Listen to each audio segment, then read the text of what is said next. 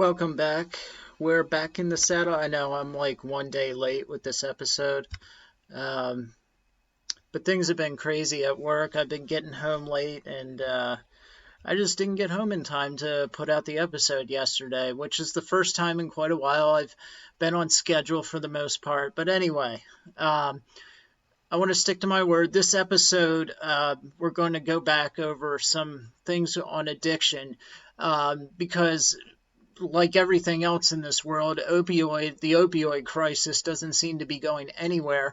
In fact, I can barely get on Facebook these days without finding out that yet another person has overdosed or ended up in prison or just, has become addicted, either relapsed and started their addiction over afresh or is trying going down that road for the first time.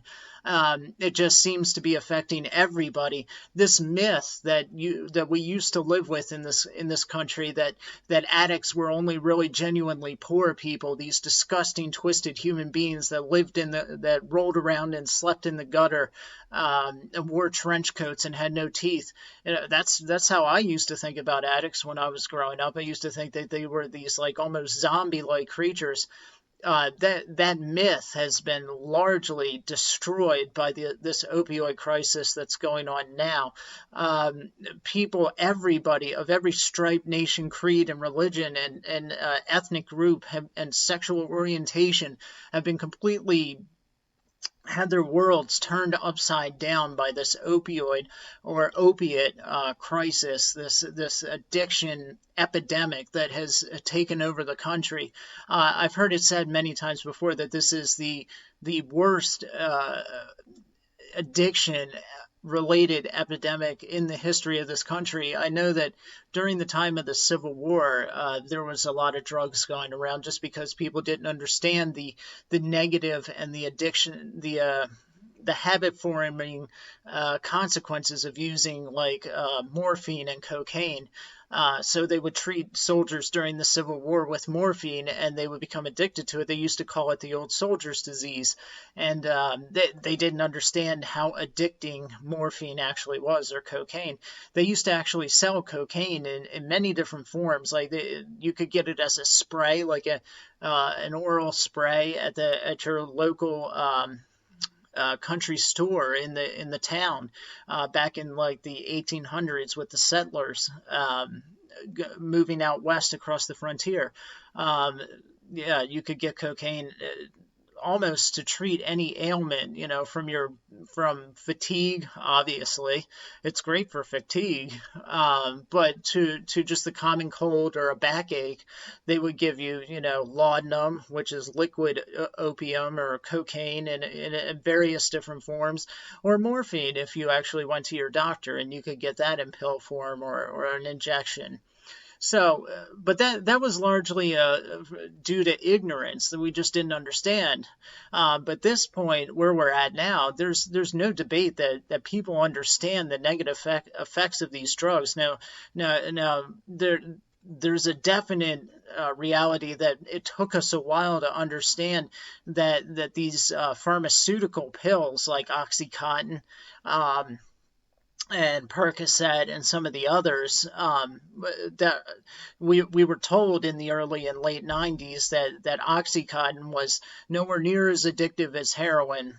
And that's why I think the name of the company is Purdue, is now being sued into oblivion because they marketed that total outrageous lie and got so many people addicted to OxyContin, because there's no difference between OxyContin and Percocet and heroin. It is heroin.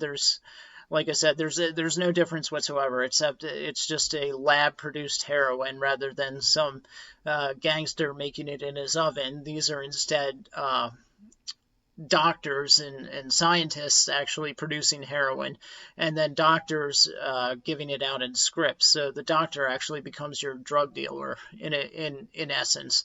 But I ran across a post, and I'm a member of a couple different addiction groups on Facebook, like support groups.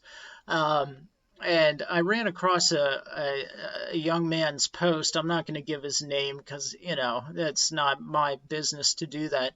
But I'm going to read his post and just not give his name.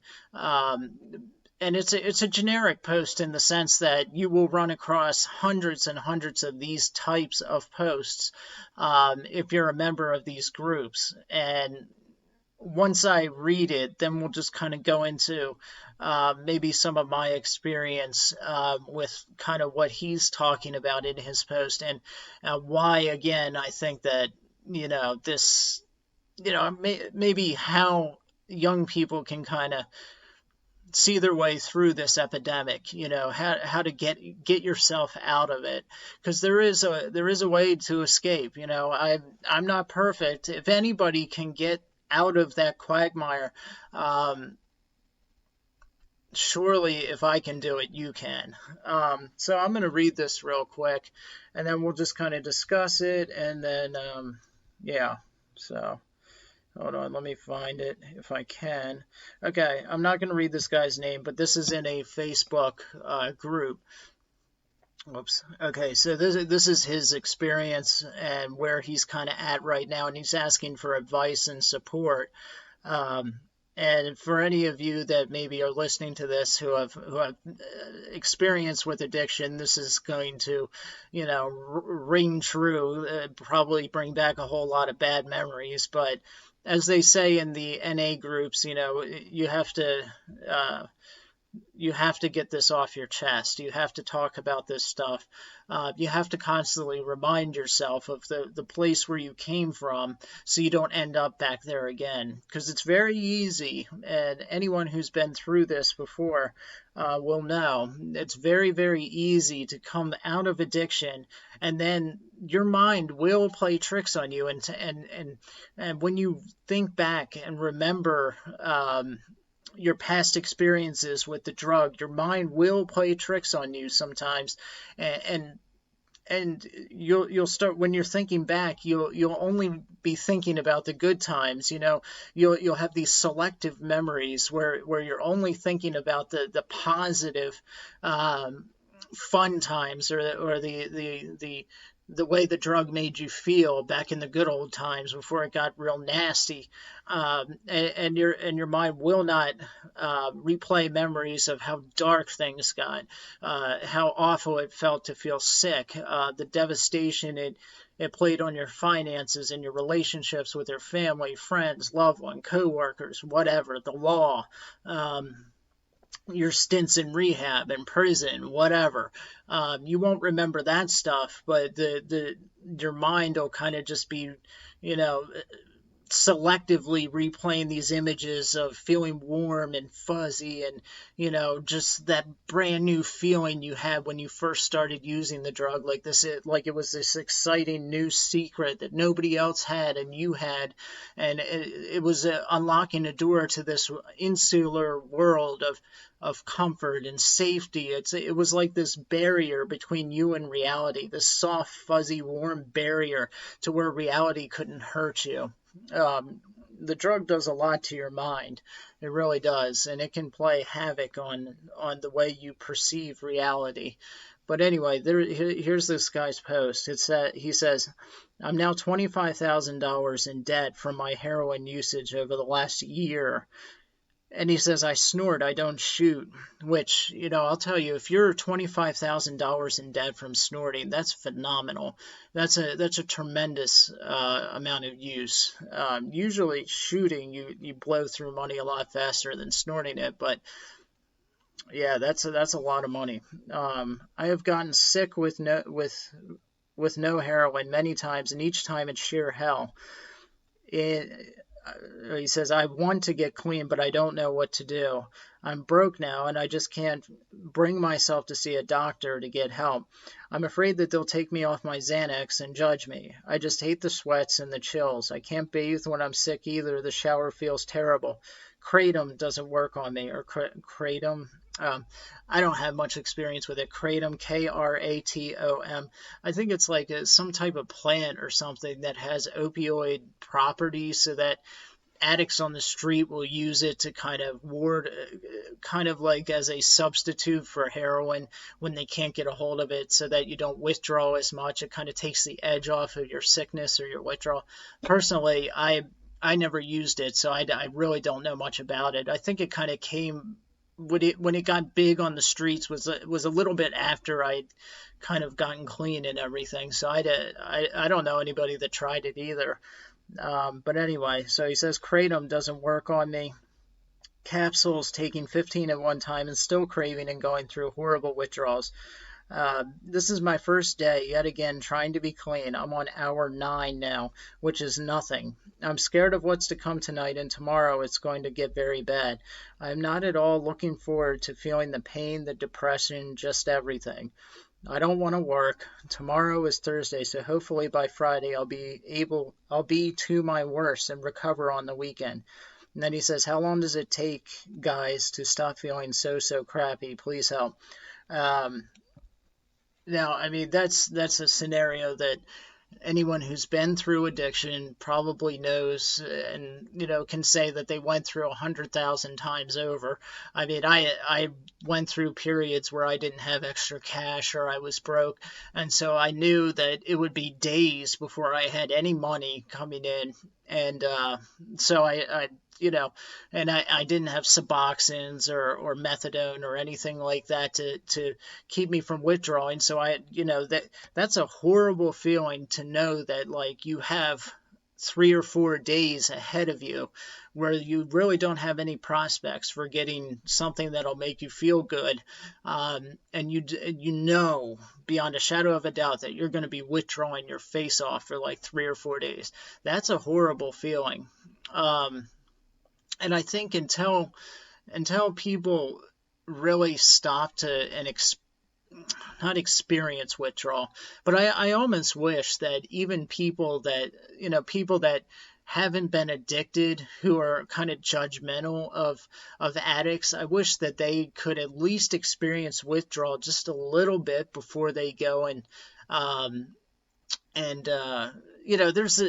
I remember before I was an addict, I would see the behavior of addicts, and really, like, it used to just, I used to just be speechless, because they would be doing something over and over and over and over again that they knew was making them sick, and yet they continued to do it. So I used to wonder, like, okay, you have no money, you're sick.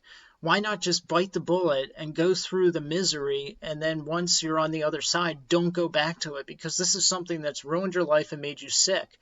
And I think a lot of people that have not been through addiction think that way.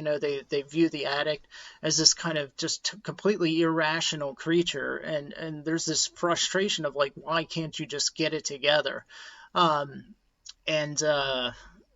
But until you've been through it, you can't understand how awful withdrawal is. It's not only a physical suffering. I've heard people describe it as like the flu times 1,000. I could deal with the physical part of it. It was more the mental part of it that destroyed me. The depression is like the blackest depression that you can possibly ever go through. I mean, just this feeling of intense isolation from everyone around you, and just everything is bleak and dark and gray and just hopeless, and it's the most awful feeling in the world. And then on top of that, you're pouring sweat one minute and then you're cold the next. Your entire body has that restless leg syndrome feeling going through it. You feel absolutely hopeless, helpless. Your emotions go from plummets of absolute despair to irrational euphoria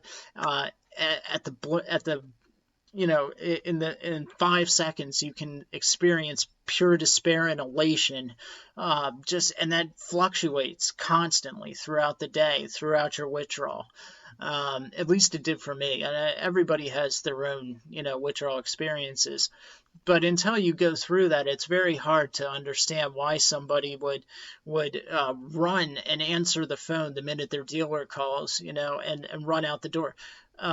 They're trying to escape pain and suffering at that point. Once you're addicted, you're trying to escape the nightmare of withdrawal.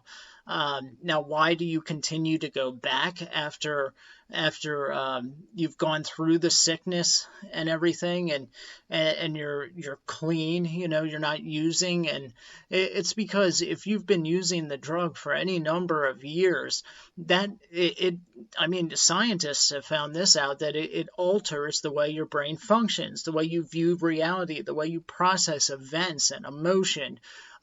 It really changes you in a lot of core ways, in a lot of fundamental ways. You've changed the way you view reality, the way you take in information, the way you process emotions, the way you process interactions with people. All of a sudden, you have to relearn all of that. And while you're having to relearn just how to be a normal human being again, for most people, you're also dealing with the wreckage that you've caused in the interim period of your addiction. So it's not just that you're rebuilding yourself and having to figure out again who you are even as just a person, and how to deal with people, how to deal with emotion, because dope, numbs your emotions. It really does. You don't feel emotions the way a normal person does. You're numb, generally speaking. So now all of a sudden you have to process emotion. What sounds like a small thing, it's actually a big thing. It's a huge deal. And for me, I felt like I was going insane half the time. I really did. I mean, because I was so used to everything being at a 5, and where everybody else was experiencing emotion at like a 50 or a 60 or a 70. And without the drug, all of a sudden now I'm getting emotions coming through, experiencing them as a normal human being when I'm used to them just being completely numbed, barely feeling them at all. Happiness, joy, sadness, all those things, I didn't experience them really for years and years and years, because it was just completely just flatlined. And then when you do experience it, all of a sudden life doesn't wait for you to get to readjust back to reality. Life marches on. So you take that drug away, life doesn't put on the training wheels and, okay, well, we'll let you get back to reality slowly. No, everything about it comes flooding in suddenly. And you have to adjust to that.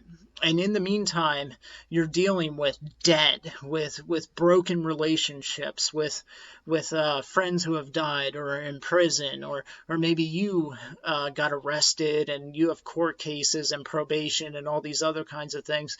You're dealing with tremendous wreckage that you have caused, and that in turn, brings about huge feelings of guilt and frustration and doubt and sorrow and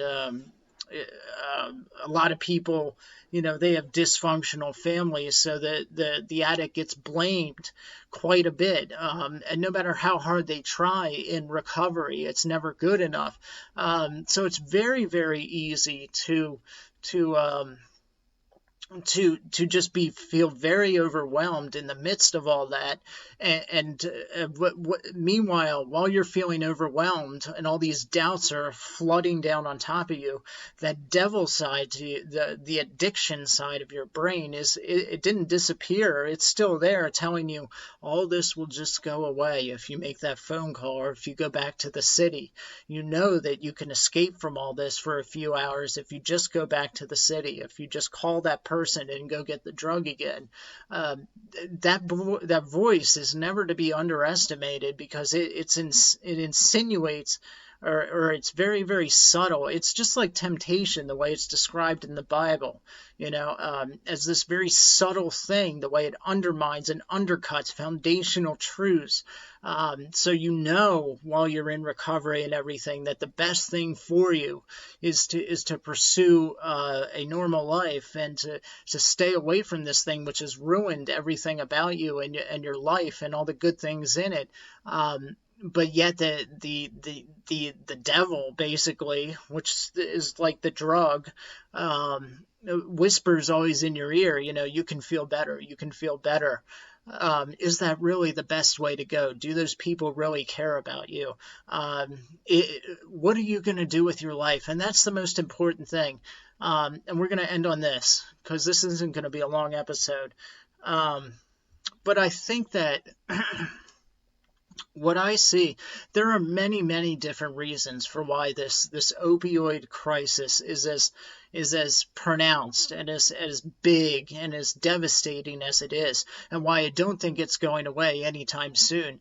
But one of the most critical reasons, I think, for why so many young people are really falling into the arms of addiction, and I'll just use myself as an example, is that I don't want to say this so that you understand it. Um, Basically, I think that a lot of us have put so much of, invested so much of ourselves in material and physical meaning that it's left this gaping hole that we know instinctively cannot be filled, yet we don't know how to fill it, and so we try to escape that reality with the drug. Now, this isn't the only reason people go and use drugs. There's a 50,000 reason for every person has a million reasons why they use the drug, but I think that this loss of meaning and this loss of identity, which seems to have really taken hold of Western culture lately. And I think it has a lot to do with the postmodern relativistic view of the world that says that every truth is true. Your truth is your truth. My truth is my truth. There is no ultimate truth. So you're telling kids from a very early age that there is no meaning, there is no truth. You create your own. And yet I think each person knows instinctively how impossible and how foolish that really is in a society that has put that as it becomes increasingly technologically advanced and our freedoms are slowly evaporating over time, and as the governments become even ever more globalized, the power of the individual is reduced on a day by day basis. Our freedoms, we all know this just by the power of technology and the internet, the invasiveness of technology in our lives. We're seeing the stories on the news constantly about it. Google recording our conversations through our iPhone or whatever. I'm mixing my companies up here, but I don't feel like I need to explain this. I mean, your average Joe out on the street knows that technology is both a blessing and a curse, and the curse of it is that our privacy and our freedoms are slowly evaporating. So if you tell young people that there is no ultimate truth, there is no ultimate meaning to life, and then at the same time you evaporate their sense of privacy and their sense of self and of freedom, and you tell them that ultimately there is no purpose to life, and also as particularly in America, as we view as we're front row witnesses to our government and our culture running amok. I mean, no matter what side of the political spectrum you're on, the Republicans are outrageously corrupt, the Democrats are outrageously corrupt. And as an average citizen, we all feel very helpless about it. Our votes don't seem to matter. These people commit outrageous crimes and then they walk off scot-free, most of them, or they commit suicide in their prison cells like Epstein. There just seems to be this very big sense. I'm getting it from I see it in a lot of interviews and articles, even from places like the New York Times, that people are just feeling increasingly isolated and devalued. And if you do that to a culture, particularly young people as they're coming up, you're teaching them in the schools that they have no meaning, that we're all just cosmic accidents, that truth is a relative thing. There's really no concrete foundation that you can stand on and trust in for a grounding for reality around you. And then at the same time that you're being taught that, you live in a culture that is permeated by the outward appearance. This total fixation on physical beauty and physical perfection, totally ignoring the inward character of an individual. And so many teenagers, and we know this just from statistics and different CNN has done work on this, and so has the Washington Post, and so has Fox News. The detrimental effects that social media has had on teenagers' self-esteem, how wrapped up in social media that teenagers get to where their entire sense of self is invested in how many subscribers they have on their YouTube channel or how many likes they get on a picture on Instagram or Facebook. And all this stuff ties together. These aren't isolated. People oftentimes do not talk about this or do not bring this up or don't connect the dots. These things are not isolated problems, telling kids that there is no meaning. We're a cosmic accident over here. Giving them the impression that the outward appearance is the prime importance, like what social media is doing. The government just running totally amok.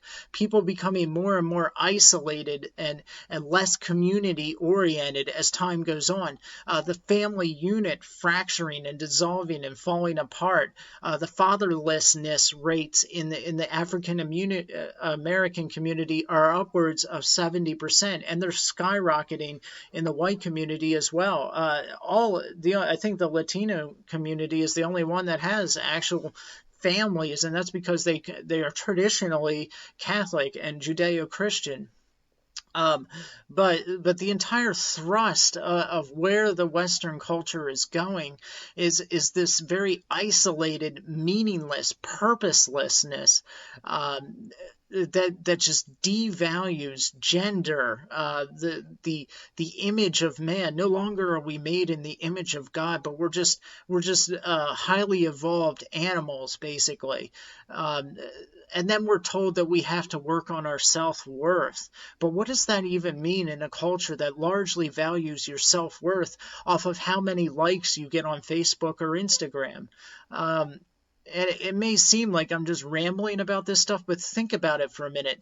Our kids are absorbing this on a daily basis in their education system through the public schools that are telling them that they're cosmic accidents, that we're just highly evolved animals. And then they get on their social media platforms and are being taught and learning by experience that the real value and meaning to life is how many subscribers you have on a given platform or how many likes a picture gets, whether you can Photoshop your picture so that you don't have a zit on your forehead or you're not overweight. Everything is the temporary, the physical, the outer shell. Where are the social media sites that value character? I don't see it. Where is the focus on character, on patience, on peace, on hard work, or on perseverance? We're not taught any of that anymore. And then we wonder why our kids are just are rushing to the drug, because I think that there is innately within each one of us, even at an early age, even back when you're a teenager, I think there's something within you that just screams that there has got to be something more than all this nonsense that is just being shoved down their throats in the school systems, on social media, everywhere. I think teenagers, I think everybody knows this. The Bible talks about it, about that God has general revelation has given a witness for himself that he is there through creation. We know he is there. And then there's special revelation which reveals the gospel and his character. But even more than that, it says that it is written the law of God on our hearts. So we know that there is something beyond this, that this temporary nonsense of Facebook likes and YouTube subscribers, as much as I would like more YouTube subscribers, I know ultimately that it has absolutely no bearing on my value as a person, and that my YouTube channel could collapse, everybody unsubscribe from me tomorrow, and I would be disappointed, sure, but it would do nothing towards how I view myself as a person. My value is not wrapped up in that. But so many people seem to think that advertisement-based culture, this pop culture, this Hollywood-based fantasy world that we seem to aspire to through social media. We seem to think that this, for some reason, is what we should all just go for, and will add value and meaning to our lives. And how bitterly disappointed are people when they find out that it really does not fill that gap that they have deep within themselves. When you finally reach the pinnacle of success on YouTube or Facebook or Twitter or what have you, and you get that 1 million subscribers, and you realize you've reached the top of the mountain, and you realize, is this all there is? Really, is this all there is? And you realize how awful a feeling it must be for those who get to the top and realize that getting there really doesn't mean all that much, and that they still have this burning, gnawing need or hole within them that they just can't fill. Which would be my second reason, I think, for why, and I'm going to wrap this up now, but why the opioid crisis isn't going anywhere. Because people, when it comes to things like pleasure or things that are addicting, people don't tend to just, when you realize that this just isn't cutting it, let's say sex or drugs or something like that, this just isn't cutting it. You realize that you could do every bag of heroin in the world and it would not satisfy, it would not fill. As the old saying goes, one is too many, 1,000 is never enough. It doesn't matter how many sexual encounters you have, you will still be lonely and in despair. But the nature of addiction is such that even when you know that this thing will never satisfy you, you still pursue it with a death-like seriousness. The true addict plays for keeps, man. I'm telling you that. I know people that are true, dyed in the wool addicts, and it does not matter how many overdoses they have, how many times they've been arrested. They are hell-bent on that drug, and nothing will keep them from it. They play for keeps, and for them, it's not all ideas of meaning and a purpose have long. They would laugh at you if you even brought such a topic up. So yeah.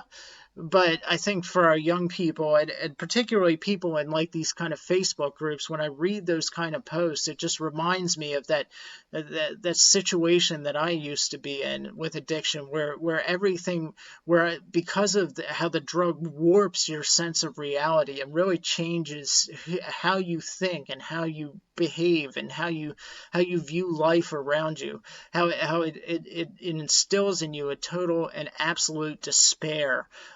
You think about death every day. I think any addict that's honest would tell you that they think about death or the end every day, and you don't care. You really don't. It's addiction is the most hopeless, pointless, miserable thing that you can ever put yourself through.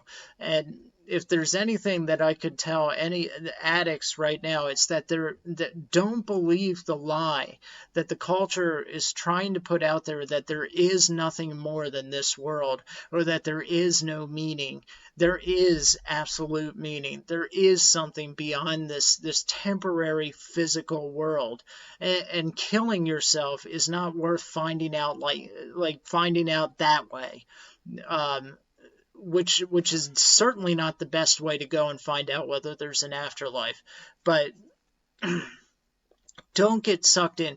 Don't believe this crap, this facade, this advertising shtick, the Hollywood bubble, this pointless narrative, the TV world, the YouTube, the social media garbage that is everywhere all around us and advertising. You can't turn anywhere without being just completely enveloped by this technological bubble that just seems to be closing in from every different direction and really drowning out silence, which all of us really desperately need. Just the ability to go to a room where there's no TV, there's no cars, there's no video games, there's no music, there's no laptops, and just be quiet and pray and think and maybe even read a book. Read the Bible, for goodness sakes.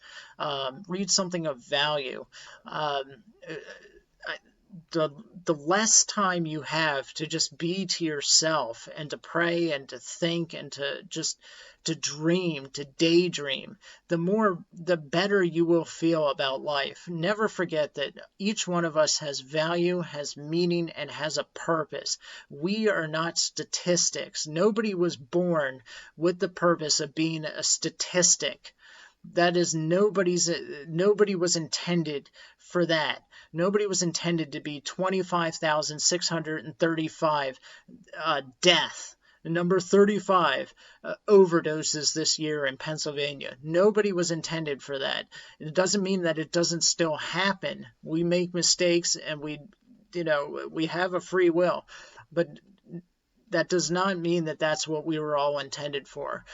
We are better than that. Every single one of us who are addicts, we know, you know what you're capable of. I know what I am capable of. We have all been given gifts and meaning and purpose. And don't allow yourself to believe the lie that all of this world is some kind of cosmic mistake and that you are just a highly evolved animal and that there is no purpose or no meaning. That way lies death. That way lies insanity. That way lies futility. Rise above it. Don't believe it. Open your Bible and actually think about what you're reading as you read it. Apply it to life around you, and you'll see that there is actually there's a lot there that you're just that you probably did not know was there. And pray to God that he would open your eyes as you read the Bible, and reveal himself to you, because he is there. We just have become very good in this culture of drowning him out and kicking him out of our public school and then wondering why everything goes to hell. But anyway, I didn't want to go too long with this episode. If you're suffering from addiction or what have you, I'm not going to go into, I could go into my own personal opinions of whether I think rehab is better or the maintenance programs. I would suggest the maintenance programs, honestly. Methadone or Suboxone, it's what's worked for me. I think that'll give you your best running shot is getting on a maintenance program. But do it seriously. Don't do it just to get your script of Suboxone and then go out on the street, sell it to people, and keeping just a couple for yourself for a rainy day and then using the money to go get it. No, take it seriously. Unless you want to end up as a statistic, just another overdose, that people can talk about and cry about on Facebook for a few days, but life marches on. It always will. Okay, don't get left behind as a statistic. You're better than that. We all are. We all have a purpose. We all have value. We all have meaning. Each and every single one of us has been made in the image of God. Don't ever forget that. All right. Good night, and God be with you.